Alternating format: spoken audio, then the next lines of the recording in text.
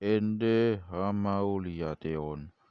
Olopon ma Adonai ale sadok tadoon, oloi amuma Adonai, maghite-hite las ni roha, robe mahamutu jolona, maghite-hite olop-olop, boto hamumaun, Adonai do debata, ibana cuma jok kita, ibana napunahita, bain bangsona, dohot biru-biru pinag mahanana.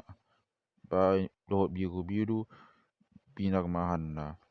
Bongoti hamuma, akka bahalna maghite-hite hamauliateon, akka alamana maghite-hite puji-pujian, mauliate marohamuna tu ibana, puji hamuma koarna.